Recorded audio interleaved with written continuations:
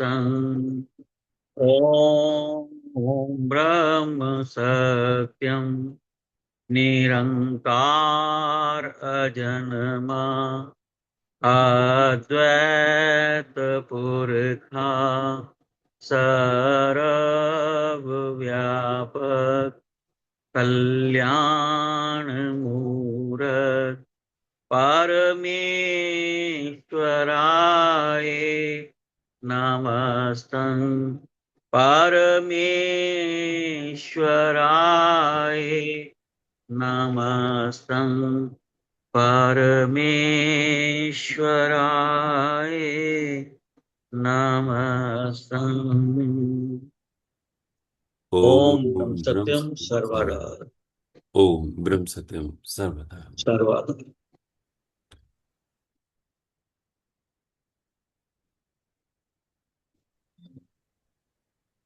ओम ब्रह्म सत्यम सर्वदा।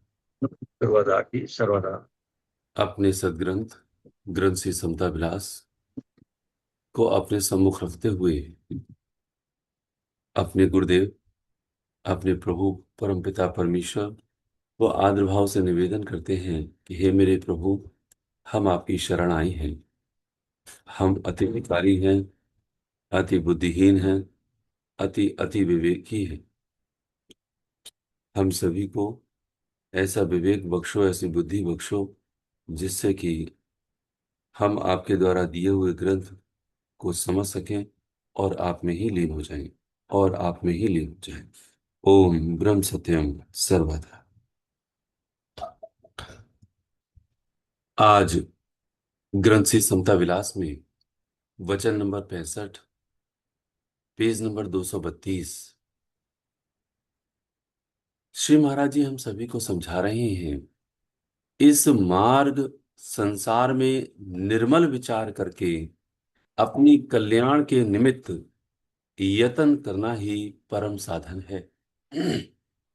एक ईश्वर का दृढ़ विश्वासी होना और तमाम तोहमात के बंधन से मन को निर्मल करना, कर्ता हर्ता महाप्रभु जानकर तमाम शरीर की प्रभुता, उसकी दयालुता जानना,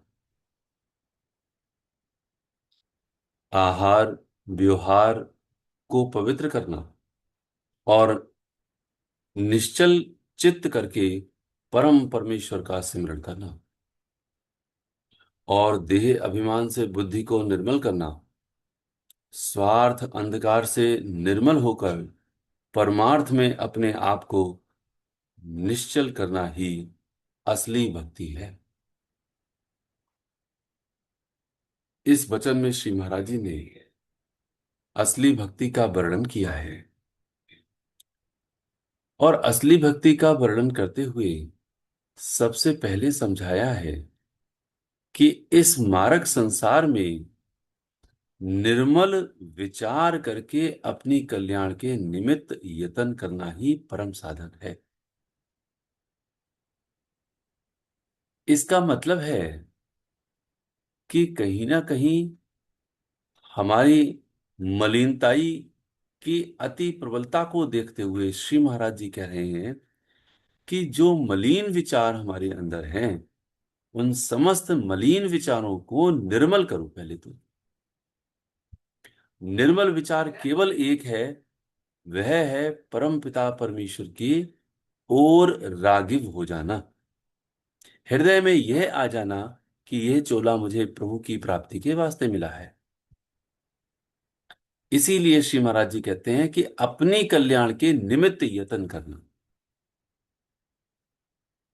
तो यत्न कैसा होगा? यत्न ऐसा होगा जिसमें मेरे अंदर जितने भी कुविचार हैं, संसार के विचार ही कुविचार, जो मुझे संसार के दलदल में बार बार धकेल रहे हैं, इसलिए समस्त संसार के जो विचार हैं, उन विचारों का निरोध करते हुए परमपिता परमेश्वर के जीवन और उनके मार्गदर्शन, उनके शास्त्र का मनन चिंतन और निधिध्यासन करना ही निर्मल विचार का यत्न करना है। इससे क्या होगा? सबसे पहले इससे ये होगा कि एक ईश्वर का दृढ़ विश्वासी होना। जैसे जैसे मेरे संसार के को विचार धीरे धीरे मेरे मन के उस घेरे से, मन के संकल्पों में जो मैं डूबा रहता हूं, वहां से निकल करके वही मन ईश्वर का दृढ़ विश्वासी हो जाएगा। पहले विश्वास आएगा, फिर दृढ़ विश्वास आएगा। यह विश्वास क्या करेगा? तमाम तोहमात के बंधन से मन को निर्मल करेगा। यानी कि मेरे अंदर न जाने कितने वहम हैं,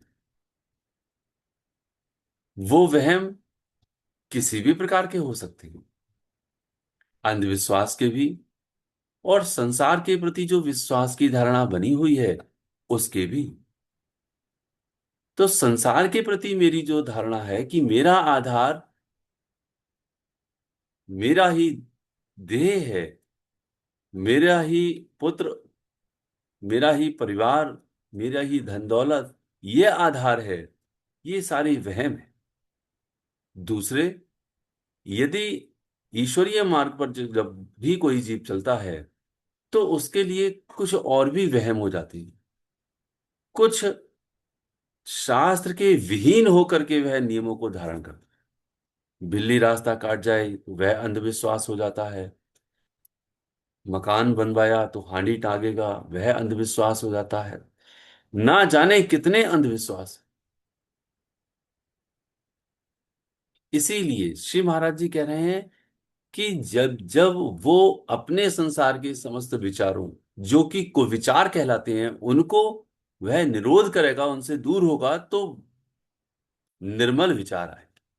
और निर्मल विचार ईश्वर का विश्वास लेकर के आते हैं, ईश्वर पर विश्वास दिला देते हैं। अर्थात सत शास्त्र में उसी जीव की प्रतीत हो जाती है। वहां पर वह उससे प्रेम करने लगता है। वहां शास्त्र से जो मार्गदर्शन है, उस मार्गदर्शन को प्राप्त करने का यत्न करता है और उन पर चलने की कोशिश करता है। इसी धारणा में जितने भी तोहमात हैं, अर्थात जितने भी अंधविश्वास हैं, जो वहम हैं, वह उसको पता लगने लगते हैं कि सर्वशक्तिमान केवल एक ईश्वर है।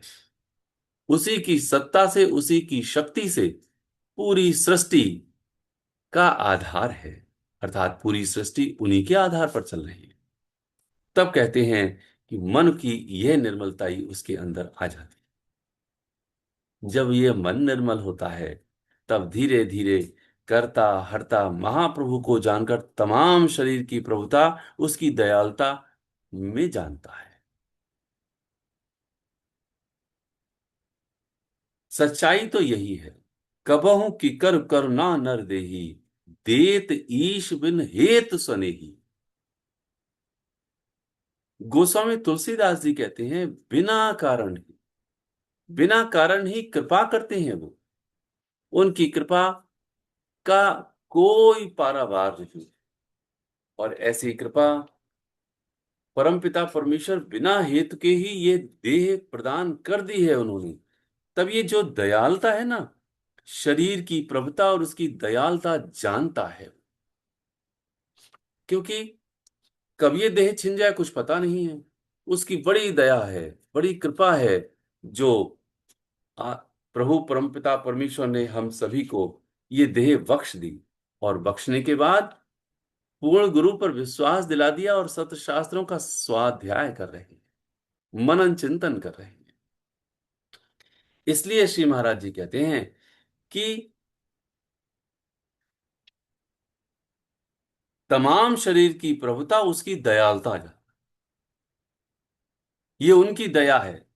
मेरी तो कोई औकात नहीं थी, मेरी तो कोई बिसात नहीं थी। पता नहीं किन किन जन्मों में, किन किन देहों को प्राप्त करते हुए मैं कितने कष्टों को सहता हुआ कहां कहां भटक रहा था। प्रभु ने पता नहीं किस पुण्य के प्रभाव से, कितनी दया के प्रभाव से मुझ पर दया करके ये मानुष का चोला प्राप्त किया और पूर्ण गुरु की प्राप्ति करा दी।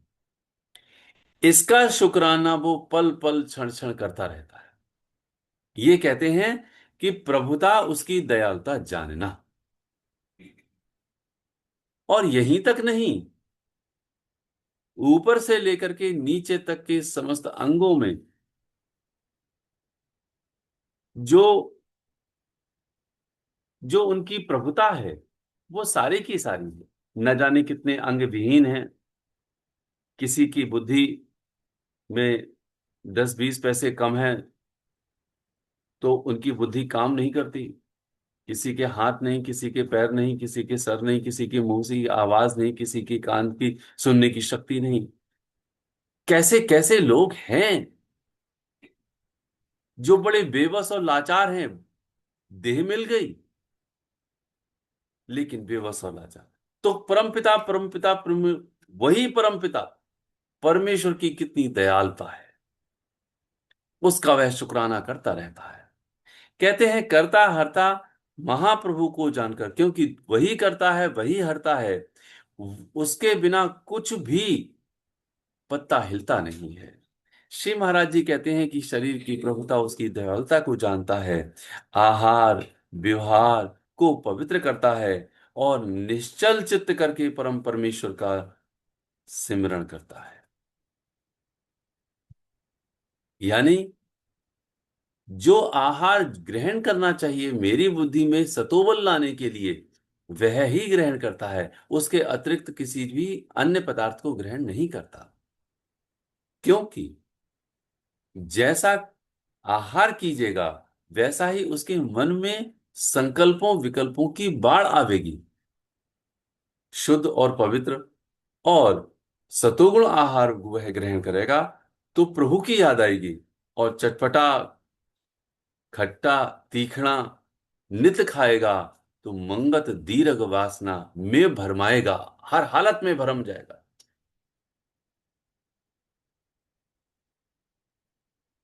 मंगत दीर्घ वास मन को नित भरमाए, यानी कि ऐसे भरमेगा और ऐसे लीन हो जाएगा उसमें कि उसको पता ही नहीं चलेगा।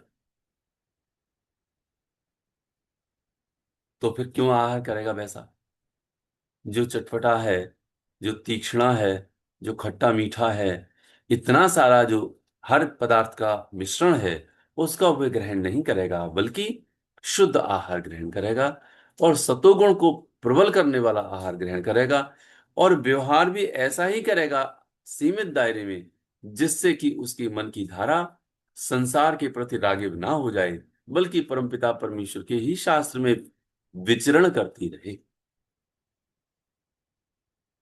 इसलिए श्री महाराज जी कहते हैं कि आहार व्यवहार को पवित्र करता रहता है।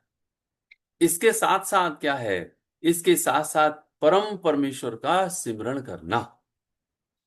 सिमरण मानी याद करना, यानी मंत्र का जाप। कई बार ऐसा होता है कि मंत्र हमारे हर पल हर क्षण की प्रक्रिया में नहीं आ पाता, लेकिन प्रभु तो याद आते हैं ना। तो कहते हैं प्रभु याद आते हैं, और प्रभु के याद की खींच इतनी ज्यादा प्रबल हो जाती है कि मन के अंदर एक कचोटना होती है कि हे मेरे प्रभु, अब इस संसारिक कार्य से अब छूट दिलाओ और आपकी याद में हम बैठ जाएं, मंत्र का सिमरन करें। यह जो खींच है यह हर पल का सिमरन बना देती है, क्योंकि प्रभु जानते हैं कि वह मुझे याद कर रहा है। याद करने का मतलब ही सिमरन है। जैसे याद आ रही है,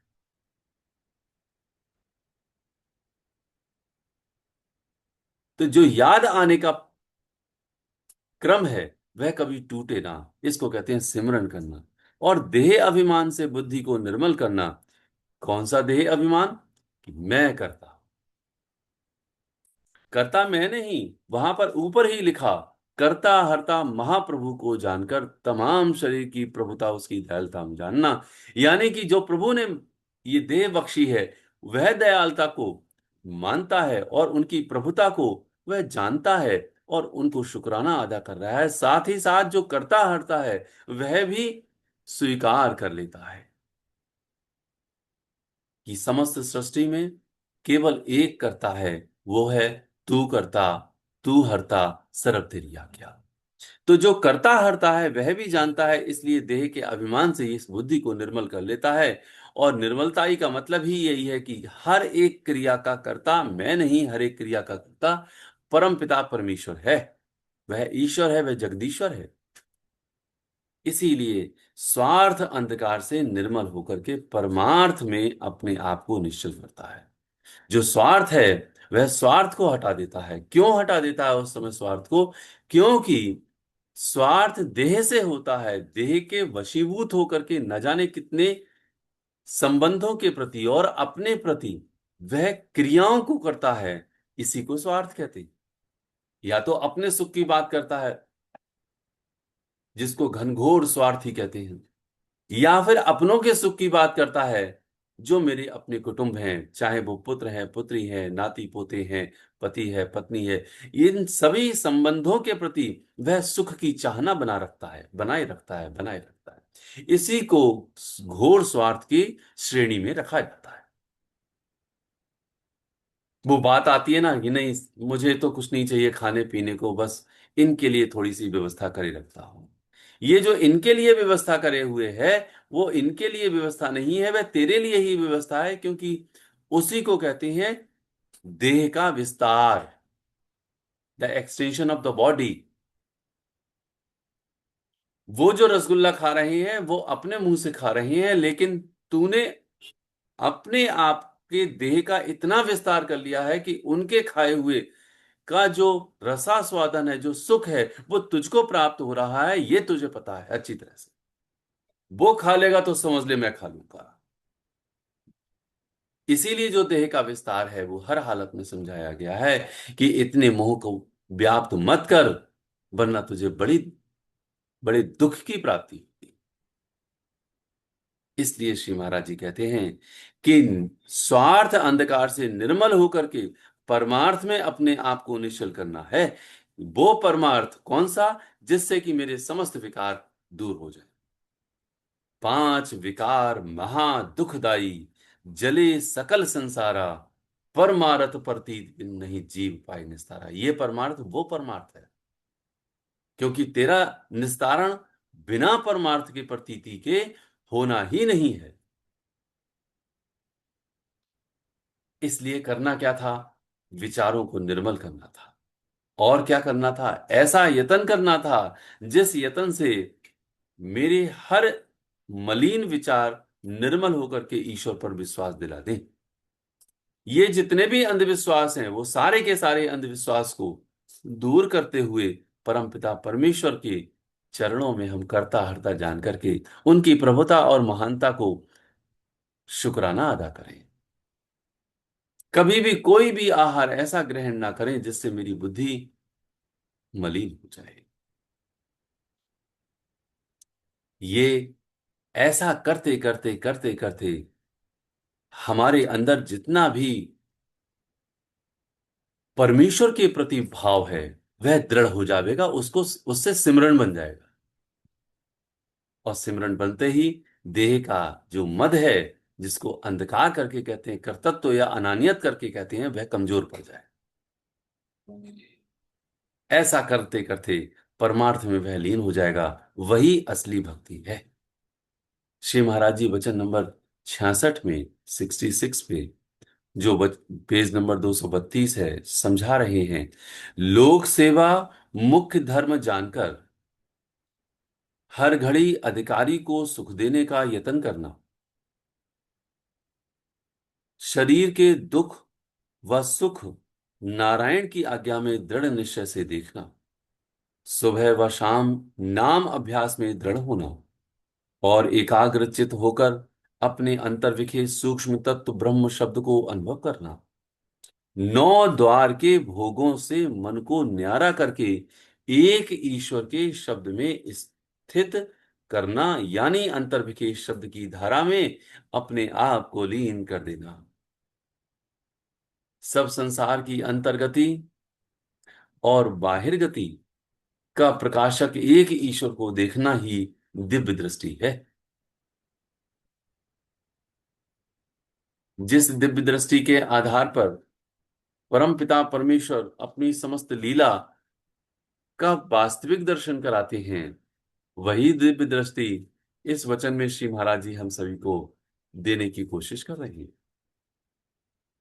लेकिन उस प्रक्रिया में सबसे पहले परम भक्ति का वर्णन किया, जिसमें असली भक्ति आई है। इसके पश्चात धीरे धीरे उसके एक एक कदम उस दृष्टि तक पहुंचा रहे हैं कि कैसे कि लोक सेवा मुख्य धर्म जानकर हर घड़ी अधिकारी को सुख देने का यत्न कर। ये जो मुख्य सेवा है, ये जो मुख्य धर्म है मेरा, वह क्या है? लोक सेवा। हर घड़ी अधिकारी को सुख दे। कौन सा अधिकारी है? किसी के पास धर्म मार्ग में चलने के प्रति बहुत सारा धन तो है, लेकिन वह अधर्म के मार्ग पर चल गया तो उसे धर्म की शिक्षा देना। किसी के पास बल है, लेकिन वह अधर्म के मार्ग पर चल गया तो क्षत्रिय धर्म को याद दिला देना। जैसे भगवान श्री कृष्ण ने अर्जुन को छात्र धर्म अर्थात क्षत्रिय धर्म को याद दिलाया, और इसके साथ साथ जो परम धर्म है वह उसकी भी शिक्षा दे देना। श्री महाराज जी कहते हैं लोक सेवा मुख्य धर्म जानकर हर घड़ी अधिकारी, इसको कहते हैं अधिकारी। तो जो अधिकारी है, जो पात्र है, उसके लिए, उसके प्रति वह ज्ञान देना, वह धर्म ही उसकी लोक सेवा हो जाती है। तो हर पल हर क्षण उसके सुख का ध्यान रख देना और सुख का यत्न करना। जहां भूखा है अपनी यथाशक्ति से उसे भोजन देना, प्यासा है जल देना। इसी प्रकार कोई वस्त्र के लिए कमी है किसकी, किसी के पास, तो उसे वस्त्र दे देना। तो जो अधिकारी है, जो दुखी दीन है, तो इस तरह से हर घड़ी हर क्षण उसकी सेवा कर देना, यही लोक सेवा है। शरीर के दुख और सुख नारायण की आज्ञा में दृढ़ निश्चय से देख। इस संसार में जो भी जीव देह धारण करके आया है, उस देह के दुख और सुख होंगे ही भैया। तो वो जो सुख हैं और जो दुख हैं, इन दोनों का आधार नारायण है, दूसरा नहीं है। यहां सुख का भी आधार नारायण बताया है और दुख का भी आधार नारायण बताया है। हम करते क्या हैं? हमारी उल्टी रीति होती है। जैसे ही कोई दुख आता है, हम उसका दोषारोपण दूसरों पर लगाने लगते। काम जैसे ही खराब हुआ या उसके उसकी जो उसका जो प्रतिफल है, उसका जो परिणाम है किसी भी क्रिया का, जैसे ही कोई विपरीत मिलता है, तो हम उसका दोषारोपण अपनी पत्नी पर, पति पर, बच्चों पर, यहां तक कि समाज के समस्त व्यक्तियों पर तो लगाते ही हैं, भगवान तक पर उसका दोषारोपण लगाते। तो वह दोष नहीं है, बल्कि उसको क्या करना है? श्री महाराज जी कहते हैं सुख व दुख नारायण की आज्ञा है, क्योंकि तेरे किए हुए कर्मों का वह प्रतिफल है और लेन देन पूरा हो रहा है। इसलिए श्री महाराज जी कहते हैं कि वो जितना भी दुख आए हैं वह ईश्वर की हुक्म के आधार पर है। कोई उसका दुख देने वाला तुझे नहीं है। क्यों? क्योंकि तेरे ही द्वारा दिए हुए दुखों का जो प्रतिफल है, उस प्रतिफल के आधार पर तुझको दुख मिला है। इसके विपरीत सुख भी वैसे ही मिलता है। कोई तुझको कुछ भी, कोई भी कैसा भी सुख दे रहा है, तो वह भी ईश्वर का हुक्म है। इसलिए कहते हैं दृढ़ निश्चय करके इस सुख दुख को जब नारायण की आज्ञा समझता है, तब कहते हैं सुबह और शाम नाम अभ्यास में दृढ़ होता है। नाम अभ्यास में दृढ़ तभी होगा जब उसके प्रारब्ध क्रिया को ईश्वर के हुक्म में देखने लगेगा। ये सारी क्रियाएं साथ साथ चलती हैं। इसीलिए श्री महाराज जी सबसे पहले साधना में सुबह और शाम की जो साधना होती है, जो नाम सिमरन होता है, उस पर बहुत जोर देते हैं। अभ्यास सुबह और शाम का कभी ना छूटे। श्री महाराज जी कहते हैं एकाग्रचित होकर अपने अंतर्भिक सूक्ष्म तत्व ब्रह्म शब्द को अनुभव करना। एकाग्र क्यों कह रहे हैं? क्योंकि ध्यान की प्रक्रिया ही ऐसी है। सिमरन की परिपक्व अवस्था से ही एकाग्रता जैसे जैसे बढ़ती है, वैसे वैसे वह शब्द को अनुभव करने का यत्न करता है। लेकिन इसके साथ साथ जो मेरी ही देह में 9 द्वार हैं, श्री महाराज जी कहते हैं, 9 द्वारों के भोगों से मन को न्यारा करके, वहां मन से ऐसा न्यारा होगा उनकी समस्त इंद्रियों से, वह अपने आप को सिकोड़ लेगा। 2 आंख, 2 कान, मुंह, लिंग और द्वार, इस प्रकार ये 9 द्वार हैं। और इन समस्त द्वारों से वह इंद्रियों के द्वारा, संकल्पों के द्वारा उन समस्त इच्छाओं को स्वागत करता था। लेकिन आज उसने 9 द्वारों की जितनी भी रचना है जिससे वह रसास्वादन करता है, उनसे सबको विलग कर दिया है और 9 द्वारों के भोगों से मन को न्यारा करता है और एक ईश्वर के स्वरूप में स्थित करता है और अंतर्व के शब्द की धारा में अपने आप को लीन कर देता है। वह शब्द, जो शब्द किसी के बजाय नहीं बज रहा, बल्कि वह अनाहद नाद है जो बिना बजाए बज रहा है, और अपने आप को उसमें लीन भी कर देता है। श्री महाराज जी कहते हैं, सब संसार की अंतर्गति और बहिर्गति का प्रकाशक एक ईश्वर को देखता है। इसी को दिव्य दृष्टि कहते हैं। अर्थात यहां पहुंच करके भी उसने अपने मन की धारा को, जो उस शब्द में, अखंड शब्द में, अखंड नाद में लीन किया है, जितने भी समस्त इच्छाएं हैं जो 9 द्वारों से विरग होकर के वह वहां स्थित हुआ है, उसको भी हुक्म ईश्वर का ही मानता है। श्री महाराज जी शब्द का प्रयोग कर रहे हैं, सब संसार की अंतर्गति और बहिर्गति का प्रकाशक। यानी जो प्रकाश हो रहा है वो प्रकाश अंतर्गति में समस्त इच्छाओं को परे होकर के हो रहा है, वह भी ईश्वर का ही है और बाहर भी ईश्वर का ही है और उनके हुक्म से हो रहा है। उस समय तीनों के तीनों काल उसकी हथेली पर ऐसे दिखाई देते हैं जैसे दिव्य दृष्टि से वह कुछ भी देख सकता है। इसी को दिव्य दृष्टि कहते हैं। श्री महाराज जी समाधि की इस अवस्था में सर्वप्रथम असली भक्ति का वर्णन करते हैं, उसके पश्चात दिव्य दृष्टि का वर्णन कर रहे हैं, और अंतर्गति और बाहिर गति में उस अखंड प्रकाश का अनुभव जो करता है, वह उसमें लीन होकर के परमेश्वर का ही एक दात समझते हुए वह उसमें लीन रहने की ही यत्न करते हुए कोशिश करता रहता है। इस प्रकार हम सभी समाधि की इस अवस्था में, समाधि के इन वचनों में अपने आप को मनन चिंतन करते हुए, निधिध्यासन करते हुए इस प्रकार गर्क हो जाएं, इस प्रकार लीन हो जाएं, जैसे श्री महाराज जी हम सभी को समझा रहे हैं। ये सभी अनुभव के विषय हैं, वर्णन के नहीं।